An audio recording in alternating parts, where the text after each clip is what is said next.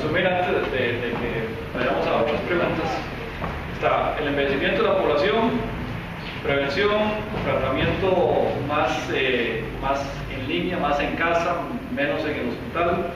Tenemos la corrupción y los conflictos de interés. Bueno, hay que eliminar los conflictos de interés, hay que informatizar y crear más transparencia en la caja, en las listas de espera. Nadie sabe quién está en la lista de espera, porque si yo pago un biombo, puedo meterme en la lista inmediatamente. Obviamente hay fantasmas en esa lista, donde me pueden meter ese tipo de cosas. Está el tema financiero, que el Estado no paga y muchas empresas no pagan. Bueno, hay que meterlo al presupuesto, es voluntad política, eso es darle la importancia que se merece la caja. Una anécdota, hace un año, hubo una reunión convocada por Fernando Herrero, un demorador, y vino un diputado del PAC y pidieron que los acompañaran. Esto fue mucho antes de siquiera el planteamiento de Otón con los 18 puntos, mucho antes que eso. 18 mandamientos. Y bueno, yo llegué a la reunión, estaba escuchando, había gente del Fondo Monetario Internacional. Al final solo hice una pregunta, yo solo tengo una pregunta, señor ministro. Cuando usted dice que tenemos un déficit ya llegando al 5%, en ese déficit está calculado, está contemplado ponerse el día con la caja. Silencio, no estaba. Entonces debe ser mucho mayor. Cuando usted mete, ponerse al día con la caja es mucho mayor, pero demuestra que no haya ninguna intención, o sea, es como si esa deuda no existiera. Entonces, bueno, voluntad de pagar la deuda. Y luego está el tema de pensiones, que ni lo hemos tocado, pero nosotros, como nos envejecemos y disparamos en la demanda de salud, también hay otro reto encima de eso, que es justo cuando llegamos a la edad donde se dispara la demanda de salud, nos jubilamos y comenzamos a recibir una pensión. Y hoy la relación es 9-1. Hoy, 9 personas entre 20 y 64 años de edad por cada uno mayor de 65. Esa es la relación hoy. En 38 años, que es a la vuelta de la esquina, eso pasa a 2.6 a 1. Entonces, hoy ese grupo de 9 a 1, ese grupo de 9 tiene que ser el sustento económico del 1. Pero en el 2050 es 2.6 a 1. ¿Qué significa eso? Que nosotros necesitamos que las generaciones futuras ganen mucho más que las de hoy. Porque es la única manera que eso es sostenible. Si ganan igual, yo guarde peor en términos reales, con la inflación y todo eso, no dan los números. Estamos en un país donde usted se jubila, no hay pensión. Yo no quiero vivir en este país. Entonces tenemos que tener oportunidades económicas para una nueva generación que tiene que ganar mucho mejor que las generaciones actuales. Y eso ya entramos en educación. Ya tenemos que invertir, tenemos que reformar nuestro sistema educativo para que los que se gradúan van más acorde a las necesidades de la sociedad, no solo de la economía. En esta era de la información, intentamos generar más bienestar. Pero bueno, el tema es complejo. Afortunadamente hay gente capaz de todo esto. Vamos a para que lo organicemos. Nada. Creo que usted sí que lo tiene que levantar la mano, bueno, dentro de lo que se expone, habla que pues en el partido siempre se ha incluido mucho el área académica, ¿verdad? Entonces, ¿cómo podemos hacer para incluir otras áreas? Porque pues, ha sido la lucha, o por el menos acá muchas personas siempre hemos querido hacerlo, ¿verdad? Y no te escuché, perdón. Que usted expone ¿cómo hacemos para incluir a otros sectores que no sean académicos? Sí. Meterse en el fondo, ¿verdad? Sí. Bueno, eso creo que la pregunta se contesta sola, es abriendo la puerta a que las mejores ideas se propongan, vengan de donde vengan. pueden venir de un empresario, de un sindicalista, de un cooperativista, de un académico, un estudiante. Tiene que haber enfoques multidisciplinarios a los problemas, porque los problemas son multidisciplinarios. Ya no es solo económico, no es solo de salud, no es solo un tema de reingeniería institucional, es que es integral. Necesitamos convocar a esa gran ciudadanía, y eso me parece que es más un mensaje político, es de que estamos abiertos a esa apertura, valga la redundancia, a que vengan empresarios, que no nos tengan miedo, inclusive empresarios. Vengan aquí, van a ser bienvenidos, vamos a ver los temas caso por caso. En algunos habrá un peso más orientado al Estado, en otros más hacia la iniciativa privada. El sector académico es fundamental porque, bueno, tienen digamos, el enfoque académico de la rigurosidad en el análisis, pero no debe ser solo académico. O sea, estamos en el mundo real. Entonces es uno de los enfoques. El tema es dentro del partido, ¿verdad? Sí. Que somos nosotros, mismas, las que no estamos ahí, aquí. Sí. Como crear esa apertura dentro del partido para, pues, Sí. decirle a la gente, ahora sí va.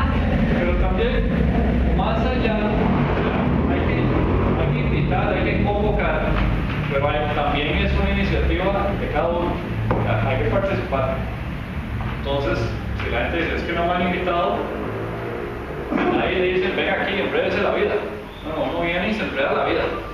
Eso es lo que ocupamos, que más gente se meta a eso, pero claro, tiene que haber un mensaje de esa apertura, de bienvenida, pero también tiene que ser recíproco el compromiso de, tal vez no está la instancia donde puedo crear el valor, pues hay que crearla, y si no está, tome la iniciativa, crea la instancia.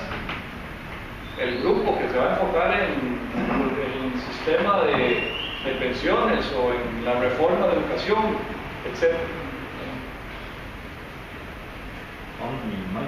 Sí, normal. Y es para comentar un poco sobre el tema de cómo, de planteamiento que uno tendría que encontrar para gobernar el país, suponiendo que está en casa presidencial. Yo creo que evidentemente muchos de los problemas de ingobernabilidad, eso es como la norma que todo el mundo dice que Costa Rica es ingobernable, son problemas de gestión, meramente administrativa, ¿verdad? Y creo que mucho peso nos van a contar las instituciones. Ahí son monstruos y más de ellos son a veces señores que tienen años de estar ahí, que han visto pasar muchas administraciones y es muy difícil romper ciertas estructuras que tienen. Entonces, por ahí hay un problema, claramente hay que sacarlo. Pero yo creo que también hay algo un poco más de fondo, algo más jurídico. Y es una pregunta, después puedo echar para hacer dos preguntas muy concretas. ¿Usted piensa que habría que hacer una constituyente en Costa Rica para modificar algunas cosas de fondo que impacten en la gestión de la política pública? Por ejemplo, y voy a poner ejemplos, hay un gran problema en el sistema de protección administrativa. Yo creo que ustedes pueden haber otras críticas para comprar equipo, para hacer infraestructura, lo que sea, ya sea de instituciones autónomas, de gobiernos centrales, de municipalidades, es todo un caos, ¿verdad? Y el mismo sistema, para que es un caos, tiene espacios que permiten vicios, con corrupción, con clientelismo, ¿verdad? El sistema lo permite, total. Y ahí es un problema jurídico grande. Y ese problema hace que nosotros, como país, y instituciones públicas, no puedan responder oportunamente a las necesidades del mercado de educación, en salud, empleo, ¿verdad? Es como que el mercado y la globalización y la tendencia mundial va a un ritmo y nosotros vamos a otro mucho más despacio, porque estamos amarrados. Es un problema jurídico grande, que no sé si piensen que de repente se podría pensar en alguna reforma profunda ahí. Otra pregunta al aire. Se ha hablado que hay instituciones que ya son pertinentes al desarrollo del país. Y se te lo te ahí va, ¿verdad? Y todo el mundo habla ya. Por ejemplo, el IFAM, el CNP, ¿usted pensaría en que de repente modificar las instituciones o de repente clausurarlas? Yo he escuchado propuestas de instituciones como esas que se dice que ya no son pertinentes en el desarrollo nacional y que estás inyectando recursos que no generan impacto, que no van a ningún lado. Entonces, hay algunas reformas profundas que mi pregunta es esa: si de repente el camino sigue por ese lado, o nos quedamos siendo un poco más eficientes en la parte administrativa y así mitigar un poco el problema. Bueno, es compleja las dos preguntas, pero están relacionadas. Sí. Volviendo a lo que dije inicialmente, nosotros hace rato dejamos de innovar. O sea, nuestras instituciones se quedaron estáticas, el país comenzó a evolucionar, el mundo comenzó a evolucionar, vamos a velocidad de internet en un montón de áreas, se requiere capacidad de respuesta inmediata y nosotros no estamos innovando socialmente, institucionalmente. Yo creo que ahí es donde tenemos que acercarnos grupos y decir, bueno, ¿cuál es el modelo para atender las necesidades de salud de hoy? ¿Cuál es el modelo de atender las necesidades educativas de hoy? Con la tecnología que existe, con las redes que existen, con la demográfica que existe. El problema educativo es muy diferente al de salud, porque es a la inversa. Como cada vez hay más gente mayor, hay menos estudiantes entrando al sistema educativo cada año. Vamos así, en natalidad. Entonces el sistema no es de capacidad, es de calidad de la educación. Y entonces en todas estas áreas tenemos que convocarnos a innovar en las soluciones. Y ahí habrá que ver si se requieren algunas reformas o no. Puede que sí. Pero yo creo que una de las trampas en las que hemos caído es, uso el TLC de ejemplo. Llegamos a negociar el TLC, ya el texto estaba. Costa Rica no puso el texto, ya estaba, este es el texto. Y entonces era, bueno, ¿cómo vamos a adaptarnos el país a ese texto? ¿Y ese quién lo escribió? En vez de decir, ¿qué es lo que queremos como país? Y entonces con ese país que queremos, ¿cuáles son las leyes que necesitamos? ¿Y cuál es el modelo? Igual, digamos, con las instituciones, usted habla del IFAM, del CNP, etc. Bueno, ¿qué queremos hacer en el tema municipal? ¿Qué queremos hacer en el agro? Yo pienso que el agro tiene una razón de ser muy importante que va más allá de lo económico. Se ha visto el agro como un tema meramente económico. Cada vez representa menos porcentaje del PIB. ¿Y cuánto vale el arroz producido aquí versus Tailandia? Entonces importen de Tailandia y se acabó el asunto. Me parece que hay dos razones de peso para promover la agricultura nacional. La primera es bienestar rural. En la medida de que nuestro sector agrícola esté saludable, la gente no estará migrando del agro, porque ese es el trabajo que hay en las zonas rurales, a las ciudades. Intel no va a contratar a un agricultor desplazado, es incontratable. Y entonces es un problema. Bueno, mantengámoslo en una vida digna, pero eso significa que el agro tiene que estar saludable. La segunda es seguridad alimentaria. Sonaba como un tema medio trasnochado, eso es lo que nos decían. Pero resulta que con las tendencias mundiales de los chinos y los hindúes cada vez comiendo más proteínas, el crecimiento de la población, nosotros siempre uso el 2050 porque pareciera que todas las proyecciones terminan ahí. En el 2050 pasamos de la población actual a 9.200 millones de habitantes. Tenemos que producir 55% más de granos a nivel mundial. Y el área agrícola per cápita se reduce 22%. Entonces, tenemos que producir 55% más y el área agrícola del mundo se reduce 22% per cápita por industrialización y por otras cuestiones. Entonces, es un gran reto. Aquí hay una tendencia a subir costos de los productos agrícolas a largo plazo. Y por eso tenemos que tener un pie en eso. El CNP yo no lo veo obsoleto en el sentido de que debe desaparecer. Tal vez su misión tiene que variar para lidiar con eso. También es el macro, por eso que la gente dice, bueno, sí, podría el macro. Pero digamos nosotros, o sea, mucha gente está perfectamente tranquila con cambiar el CNP por Walmart, ¿verdad? No, ese es el CNP moderno, Walmart. Pero el Walmart es un comprador que tiene un músculo, ¿verdad? Y aprieta los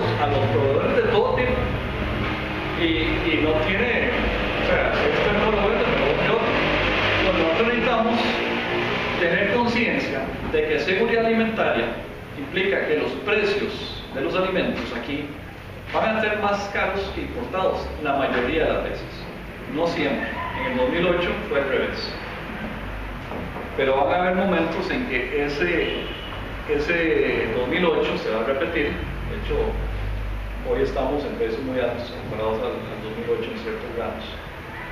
Y si no tenemos producción nacional, nosotros no tenemos un pie en la producción con la cual mitigar esos embates especulativos en el mercado mundial.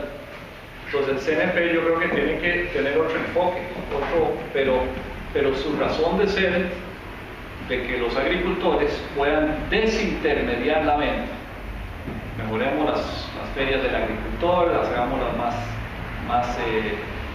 amplias, mejor infraestructura, para que más gente las atienda. Eso es desintermediar. Bueno, ¿cuál es el rol del CNP en todo esto? No le puedo dar todos los detalles en este momento, pero creo que sí la tiene. Igual el tema municipal, el IFAM. Creo que nosotros tenemos enormes debilidades en el tema municipal. Y con la falta de transparencia, la falta de controles es más que evidente. Creo que un acompañamiento al sistema municipal es fundamental. Ahora, ¿cómo se da ese acompañamiento? Ahí es donde mejor que vengan la gente más diestra en el tema municipal a proponer.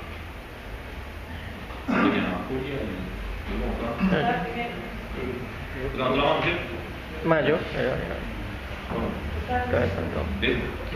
Voy. Ok. Ok. Mi pregunta, digamos, es una cosa que vi, ¿cómo se llama? En la mañana que fui a llenar o a comprar gasolina, ¿verdad? Que se me paró el pelo, digamos, hasta el precio, no me había dado cuenta. ¿Qué piensa usted, digamos, sobre el recope? O sea, ¿debería existir? O sea, ¿no debería existir? Porque, o sea, pues alguien me dijo, o sea, que el precio no subió ni por el petróleo, ni por el dólar, ni hubo guerra, o sea, simplemente subieron, digamos, los costos. Y el asunto, digamos, de los combustibles, o sea, para mí es serio porque no solo afecta a la gente que anda en carro, o sea, al final va a subir todo, o sea, la comida, los cuadernos, los fletes, absolutamente todo, digamos, se va, ¿cómo se llama? Se va en cadena. No todo el mundo tiene ahí la posibilidad de comprarse un carro eléctrico ahora, que el más barato no baja de $40,000, entonces eso no es viable. Andar en bus sencillamente no es tan barato. O sea, por una persona que gana ese salario mínimo, o sea, fácilmente se le da la mitad en pases. Los trabajos están en San José, entonces obviamente la gente de más zonas rurales con menos ingresos es la que más tiene, digamos, ¿cómo se llama? Que invertir en transporte, porque la clase alta está cerca de San José y encima de eso se tiene, digamos, que carros más nuevos. El gobierno tampoco da incentivo, digamos, a vehículos más eficientes, tampoco. Digamos, personalmente, digamos, yo no lo veo, o sea, como razón de hacer esta recopia. Imagino que en algún momento fue una maravilla, pero, o sea, yo no le veo la gracia a algo que, o sea, que compra producto terminado, lo mete en un tanque y me sube el precio, o sea, ¿cómo se llama? Como al triple, y no me aporta mucho. O sea, no sé qué perspectiva tiene usted en eso. Tocaste una espina, una de mis pasiones, que es el tema energético, pero en relación con transporte. Ajá. Nosotros como país tenemos un enorme potencial. De los pocos países en el mundo que increíblemente está cerca de llegar a generar el 100% de su energía eléctrica de fuentes renovables. Que la principal fuente en este país de términos de potencial, primero hidroeléctrica, segundo geotérmica, tercero eólica y después vendrán otras. Pero eso no, o sea, yo creo que esa es una meta que hay que alcanzar. Tenemos que tener 100% energía renovable, energía eléctrica. Pero cuando usted ve el consumo de energía del país, resulta que si en electricidad estamos por encima del 90% energía renovable, el otro es térmica, allá en Saravito, ¿verdad? Ajá. Pero cuando ve toda la energía que se consume en el país, estamos muy lejos de estar en una condición de energía 100% renovable. Sí, considerando el transporte. Porque el 40% de la energía de este país se consume en transporte. Y eso es principalmente combustibles fósiles. Nosotros tenemos que electrificar el transporte. Entonces, proyectos como el tren tienen que ser una prioridad A1 para ayer. Primero el tren metropolitano, que ahí va. Ojalá se acelere ese proyecto. Tienen todas las condiciones para poderse acelerar. Porque ese es un proyecto donde las tierras de donde va la vía del tren ya están en manos del Estado. No hay que expropiar a nadie. Tiene un buen gerente, el Incofer, en este momento, don Miguel Carabajías. Yo recuerdo cuando lo nombró Abel Pacheco, tenía 2 meses el Incofer de plata y después cerraba. Recuerdo como los 6 meses, yo iba en el carro en San José y veo pasar el tren. Y dije, hijo de pucha, yo tengo que conocer a este señor.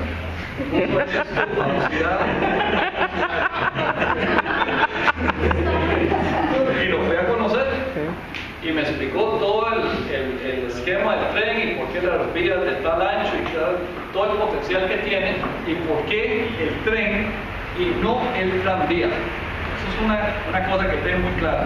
El tranvía tiene que alimentar al tren, pero el tranvía es un tema de San José. Nosotros necesitamos un tren para transportar masivamente gente de Heredia y Alajuela hasta Cartago, obviamente pasando por San José. El tranvía no es la solución, es el tren metropolitano. Y obviamente hay que meter los trenes de carga también, hay que volver a trenes de carga eléctricos. Eso hará mucho por electrificar el transporte.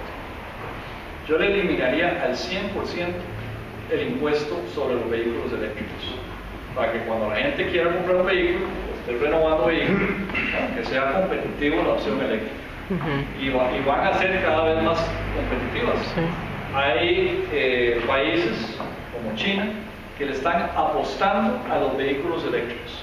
Ellos se están posicionando para ser un líder en esos vehículos en el futuro. Mientras que Ford y Chrysler y Toyota y todos esos, ahí están haciendo sus tanteos, están muy casados con combustión interna. Recope.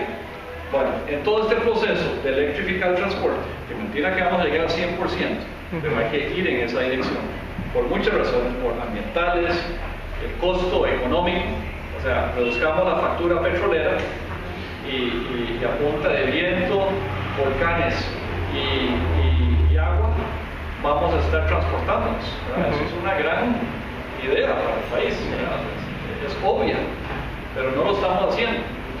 Dicho sea de paso, ya que tenemos las tierras, tenemos un buen gerente que cuesta encontrar, lo único que hace falta para completar el tren rápidamente es plata. Eso es lo único que hace falta. Entonces dice, bueno, plata se consigue. ¿Por qué el ICE no emite un bono internacional de 250 millones de dólares, que es lo que cuesta terminar las vías de tren y comprar los trenes?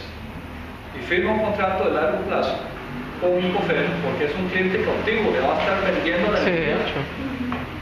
O sea, eso se está cayendo. Eso se puede hacer hoy. Eléctricos, no de diésel ya. Recope tiene su función. Esta transformación de electrificar el transporte no es de la noche a la mañana. Pero a mi parecer, nosotros tenemos que apostarle al transporte eléctrico y no el transporte.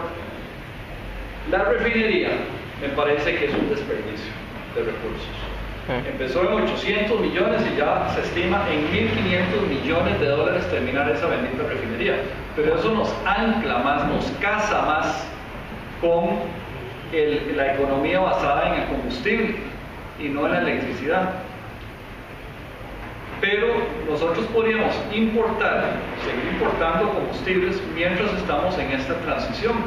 Y nunca vamos a llegar a 100%. Aquí siempre vamos a vender combustible. Pero una refinería no es estándar. Una refinería hay que optimizarla para el mercado. Y nuestro mercado es relativamente pequeño. Entonces, en el fraccionamiento del petróleo se genera gasolina, jet fuel, diésel, búnker, etcétera, en diferentes fracciones. Y hay que tratar de maximizar lo más cercano en las proporciones a lo que se consume localmente. En un mercado local eso es muy difícil de hacer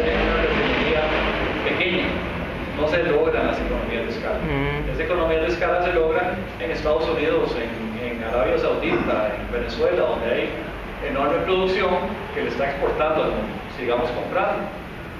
Pero para eso, Recope sí tiene que existir. Porque si no terminamos como terminó Honduras, que cuando entró Zelaya quiso comenzar a comprar petróleo por licitación, porque nunca habían comprado por licitación. Entonces Exxon vendía y Shell vendía, pero no era licitación, era casi de turno y vendía a un costo más alto que otros países. Entonces dijeron, no, vamos a licitar. Y le dijeron, no señor, ¿en cuáles tanques los va a almacenar? Y él dice, tiene tanques de almacenamiento. Entonces nosotros tenemos que tener capacidad de almacenamiento de combustibles para poder comprar por licitación en el mercado internacional al mejor postor, mientras hacemos la transformación. Pero yo creo que, para resumir, Recope tiene que existir, tiene que tener tanques de almacenamiento. No invertiría en esta nueva refinería y enfocaría nuestros esfuerzos en electrificar el transporte. Es para distribuir, no para refinar. Exactamente. O sea, sería la distribuidora costarricense de petróleo. Estoy iluminado. Sí. Muy amable. Con la mitad de la reunión. Sí. Bueno, quería preguntar, usted ha hecho énfasis en que se le tiene que dar oportunidad tanto a la empresa pública como a la privada, ¿verdad? Yo pienso que en una sociedad tan tremendamente deteriorada como la costarricense, cualquier decisión política distinta tiene que partir de una cirugía o de un diagnóstico profundo de cada una de las instituciones, sean públicas o sean privadas. ¿Por qué? Porque usted ha hecho mucho énfasis en la caja, seguro que todos estamos muy sensibilizados hacia esta situación. Pero el problema de la educación es sumamente fuerte. Así como en la caja hay biombos, también existen en educación. Porque muchos de los jerarcas de la educación son los dueños de universidades privadas, de garaje. E inclusive, cuando llegan a concursar los que se han egresado, muchas veces está condicionada, digamos, la posibilidad de ingreso a un trabajo dependiendo de la universidad. Y no necesariamente tienen que ser las más buenas, que son las universidades públicas, sino está condicionada para fortalecer la educación privada, aunque sea, perdonen la expresión, una porquería. A mí me llamó mucho la atención lo que está pasando en Ecuador. Yo hace unos años fui a Ecuador y había un movimiento fortísimo de los educadores en contra de Correa. Justamente porque Correa hizo un diagnóstico sobre la educación de Ecuador y estaba tan mala, que les dio a los educadores que estaban, digamos, que no habían calificado como para ser educadores, les puso un periodo de gracia de 2 años de capacitarse y luego a los 2 años se les hizo un diagnóstico que realmente se habían superado, ¿verdad? Para mejorar la educación. Pues ahora está haciendo otra cosa maravillosa con las universidades. ¿Cuántas universidades privadas en este momento Ecuador está cerrando? Porque realmente no dan la talla, no son certificadas. Entonces yo digo que el problema de educación es tan profundo y tan severo como el problema de la salud. ¿Qué vamos a hacer en un eventual gobierno? ¿Qué se debe hacer para que la educación, sobre todo privada, esté controlada para que sea una educación de calidad y no esté, digamos, de alguna manera ligada a los biombos como está en este momento? Bueno, ese es un tema medular. Yo creo que, a pesar de que he estado hablando mucho de la salud, el tema de educación es más importante. Porque si usted es una persona formada, profesional, está en la punta de su campo, probablemente va a tener mejores ingresos, tiene más oportunidades de vida, ya sea empezando una empresa, creo que hay que promover las pymes, el emprendedurismo, o trabajando en otra empresa. Y usted se resuelve mucho problema cuando hay deficiencias en el Estado. Al tener, digamos, esa confianza y ese activo, ¿verdad?, que es su educación. Yo creo que tenemos que certificar a las universidades, ¿verdad?, tener un cierto control de calidad. y que eso se regule. Aquí hay una enorme cantidad de universidades que no es justo también, o sea, también no debemos caer en que los que van a las universidades privadas son los ricos y los pobres pagan las públicas, porque también es porque mucha gente tiene que trabajar y no puedes dedicarse solo a estudiar, y entonces eso solo pueden hacer de noche y no tienen oferta en la universidad pública. Entonces sí es un tema complejo, pero es injusto que alguien haga todo ese esfuerzo, pague de su bolsillo trabajando por una educación que resulta que en el mercado laboral no se lo reconoce. Y yo soy un firme creyente en la educación. O sea, yo cuando me fui de Costa Rica me fui a estudiar, trabajé un poco, pero yo estudié 11 años. Y eso en Estados Unidos es una cuenta grande, que todavía la tengo y todavía la estoy pagando. Pero para mí fue la mejor inversión que he hecho, porque lo que usted tiene en la cabeza nadie se lo puede quitar. La plata se la pueden quitar, usted puede, pero usted tiene un seguro de vida con una educación. Y yo regresé con dos enormes activos de Estados Unidos, uno más grande que el otro. El más grande fue mi esposa.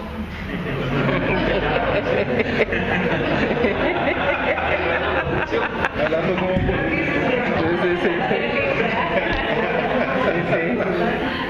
Pero el tema de la educación es fundamental y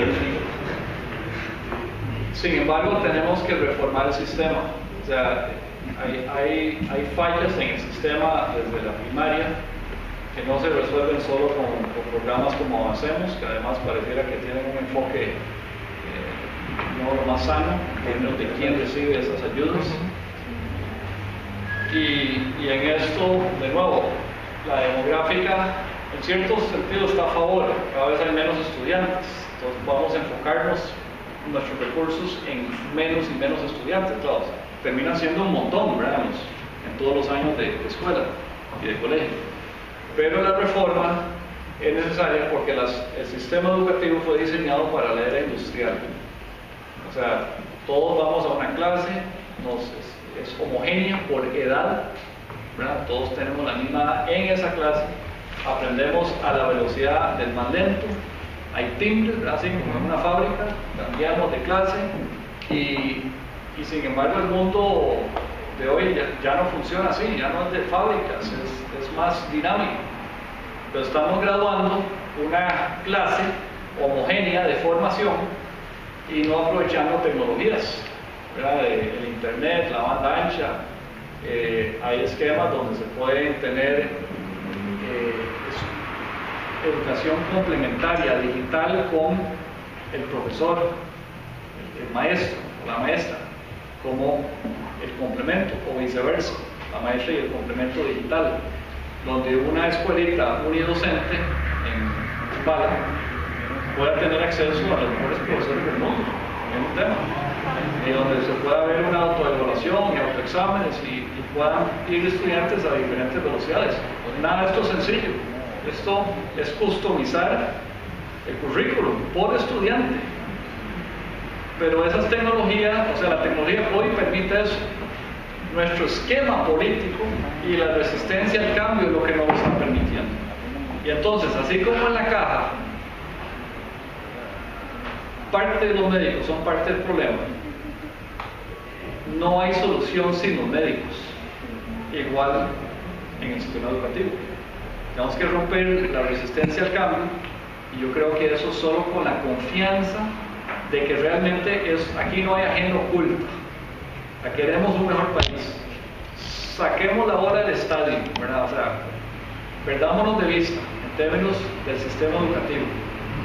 Y esa revolución en el sistema educativo tiene que contar con el apoyo de los maestros. Entonces no pueden ver la tecnología, las certificaciones, la evaluación de la calidad como una amenaza.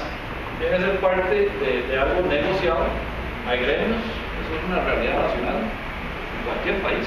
O sea, la reforma del sistema educativo es difícil, no en Costa Rica, en todo el mundo. Pero hay oportunidades ahí que creo que se pueden explorar y ver qué se puede reformar, qué se puede certificar, que se puede evaluar para mejorar nuestra educación. Y ahí necesitamos participación de los gremios educativos también. Don Román, yo quería, primero que todo, felicitarlo por las ideas y las propuestas y sobre todo felicitarlo por la actitud tan valiente que usted ha tenido señalando una serie de asuntos que en mi manera de pensar no vienen bien dentro del partido. Usted lo dijo muy claramente al principio, hay que ganar la elección para cambiar las cosas. Podemos tener mil planes, los mejores planes del mundo, que se oyeron en el Congreso y se han oído y se han visto en muchas partes.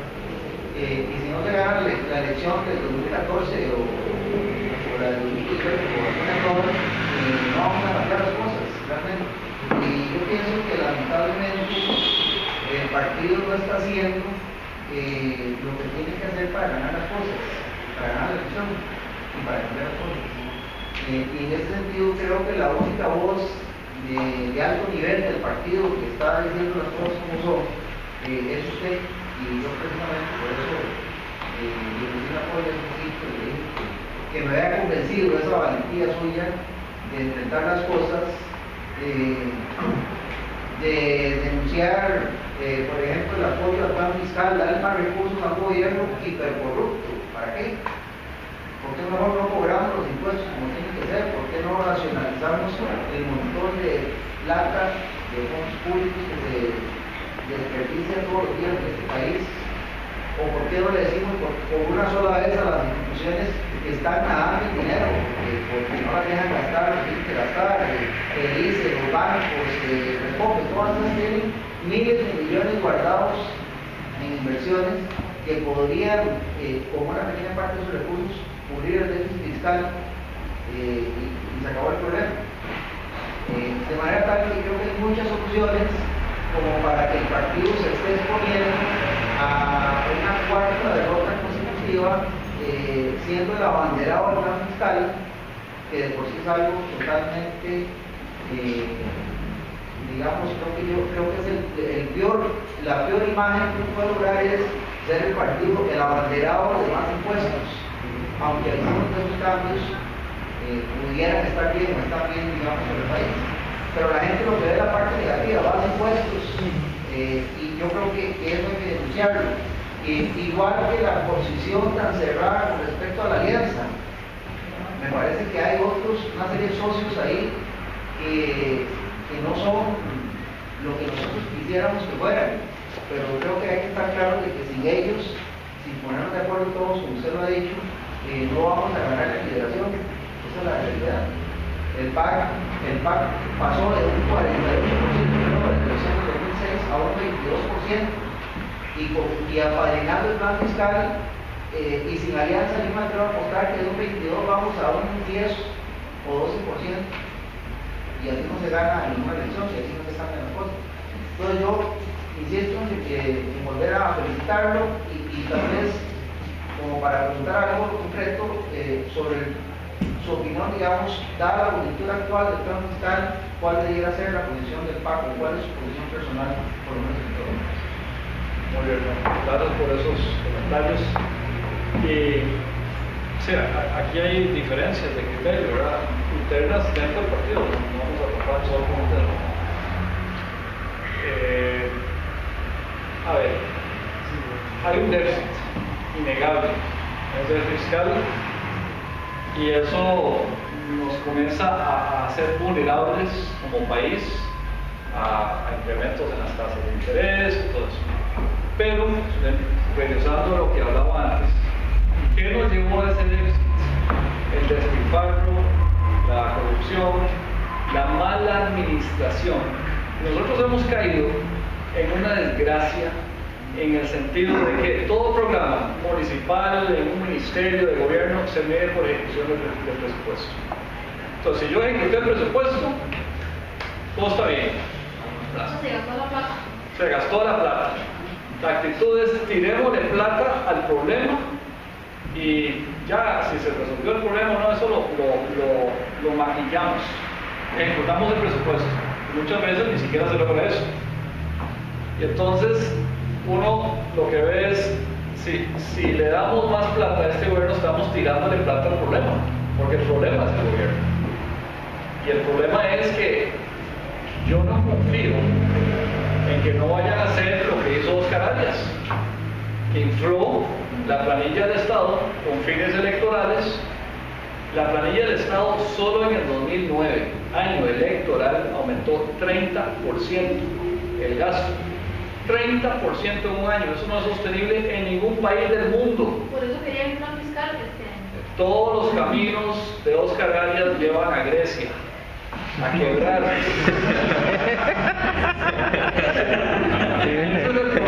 Entonces, le vamos a tirar más plata y esos gastos se vuelven permanentes.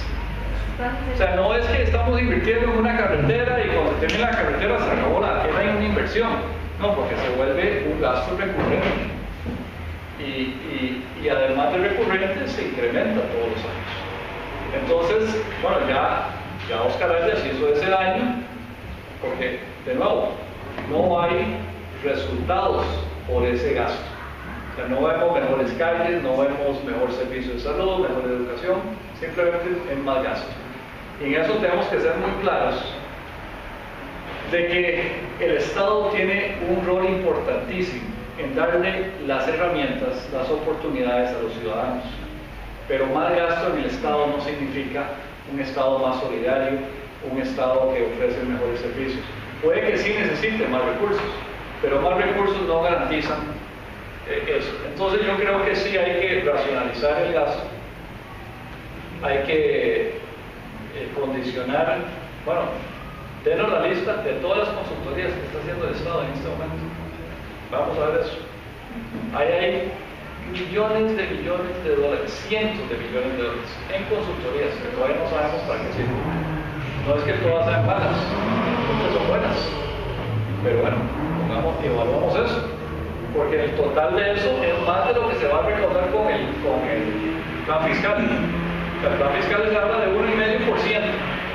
El déficit se habla de 5,5%. Entonces, el plan fiscal no va a resolver el déficit va a seguir, va a ser un poco más pequeño. Pero lo que nos llevó a ese déficit sigue vivo y coleteando en este momento, que es la mala administración. Y nosotros tenemos, usted bien dice, tenemos que ganar para cambiar las cosas. Cambiarlas poniendo a la gente sin criterios políticos, con capacidad administrativa en los puestos para administrar el Estado. Y ver, cuando hay que socarse la faja, se soca la faja. Yo no veo a este gobierno socándose la faja. La red de cuidado es para arriba, no es para abajo. Es cuidar a los ministros que se están repartiendo por sus vidas. O sea, lo digo en broma, pero no tan en broma. Es racionalizar ese gasto. Creo que nosotros tenemos que crear más transparencia en el Estado para que la ciudadanía sea un fiscalizador también. Vuelvo al ejemplo de Roberto Mora, mejor cobrador de la caja, no es un funcionario de la caja, no recibe un 5 de la caja, es más, en la caja lo consideran el enemigo de la caja. Y un funcionario con una laptop de información cobra más que todo el departamento de cobro de la caja. ¿Por qué? Porque hay transparencia. Porque ya no pueden quitar la lista. Si quitan la lista hay una marcha. Ya se volvió irreversible. ¿Qué es que hacemos mucho de ese Estado transparente? La misma ciudadanía, armados, empoderados con esa información, van a ser fiscalizadores. Y mentira de que se van a comer en cuenta de que se ejecutó el presupuesto, resuelto el problema. No, el problema está, ver los indicadores. Y de nuevo, es un tema medio filosófico porque es involucrar a la ciudadanía en el problema. De que no es solo el Estado el que nos resuelve los problemas, que nosotros somos el Estado. Y podemos ser Roberto Mora es parte del Estado, pero no recibe nada del Estado. No está en la planilla, pero es parte del Estado porque está ayudando con información usando una laptop. Es el potencial que tenemos hoy. Y cuando haya mejores programas, mejor capacidad administrativa y se requieren más recursos, debemos de más recursos. pero no le tiremos plata por el... Una pregunta para seguir con ese tema. Oscar Arias subió un montón ese presupuesto con el aumento de personal. ¿Ese personal se debe reducir? Ya no se puede reducir. Es servicio civil. No hay forma de reducir. Habría que hacer todo un análisis. Yo creo que hay que ver, hagamos el perfil. De esos 10.000, la gran mayoría no son médicos. El que mantiene esos 10.000 personas es el resto de la población y el Estado no puede seguir creciendo porque la gente, porque pobrecitos. Por eso es tan peligroso darle plata a alguien que está dispuesto a comprometer nuestro futuro. Es que no es un tema del momento, es que se vuelve permanente. Pero ¿qué vamos a hacer? Si ya sabemos que el Estado es enorme y que las instituciones son más grandes de lo que deberían ser, ¿qué vamos a seguir haciendo? Ya no se puede hacer Yo nada. no creo que la caja sea más grande de lo que debería ser, más bien yo creo que la caja tiene que ser más grande. Pero el problema es que está contratando personal que no se están resolviendo los problemas. Vea que se duplica el gasto de horas extra, etcétera, etcétera.